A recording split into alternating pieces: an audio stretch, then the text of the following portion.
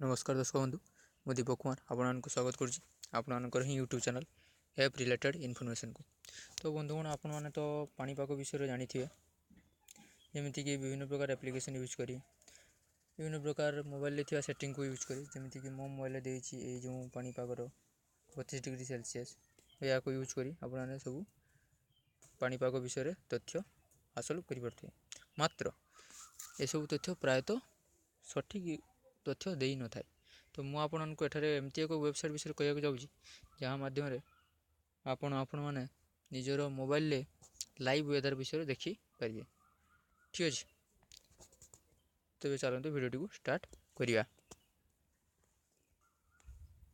तो आपण मैंने निज निजर ब्राउजर को ओपन करने मो पाखे क्रोम ब्राउजर अच्छे मुझे ओपन कली और सर्च बॉक्स को लिखिए SATALITE सैटेलाइट इमेज लिखी सर्च करदे। ओके तो सर्च कर सारापर सिंपली आप वेबसाइट ओपन हो वेबसाइट तो आप सिंपली या क्लिक करने। ओके क्लिक कर सारापर आपरे एमती प्रकार आसीज। तो वेबसाइट ओपन कर सारापर आपरे भाव में पृथ्वी मानचित्रटी ओपन हो।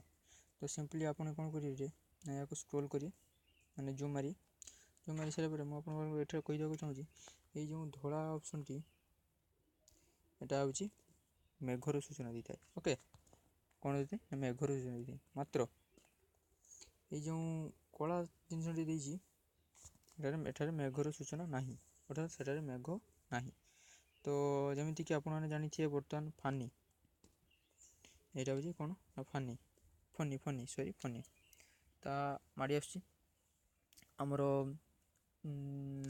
माने कौन पूर्व दक्षिण दिगरे उदय होती आप तो जापे किंतु ताहार ता विषय सठिक सूचना पाइबा आप खबर देखुए। मात्र मु कहीदेक चाहूँगी जे आप खबर व्यतीत ये वेबसाइट रे रिफ्रेश करी आप जानीपारे केते दूर गतिगला।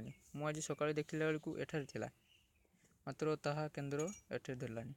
ठीक अच्छे तो मुझे कहीदेक चाहूँगी जे कौन से फेक नुहे। ठीक अच्छे ये आपको देखा चाहूँगी देखो नेशनल सैटेलाइट मेट्रोलॉजिकल सेंटर अर्थात यहाँ भारत में अवस्थित। देखो India meteorological department ministry of earth science अर्थात यहाँ प्रोवाइड कर मिनिस्ट्री अर्थ साइंस मिनिस्ट्री कर गवर्नमेंट ऑफ इंडिया भारत सरकार द्वारा। ठीक अच्छे तो बंधु मैंने यह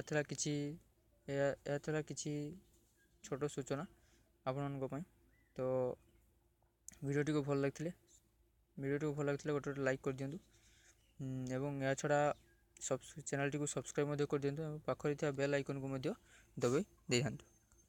रोज बाय।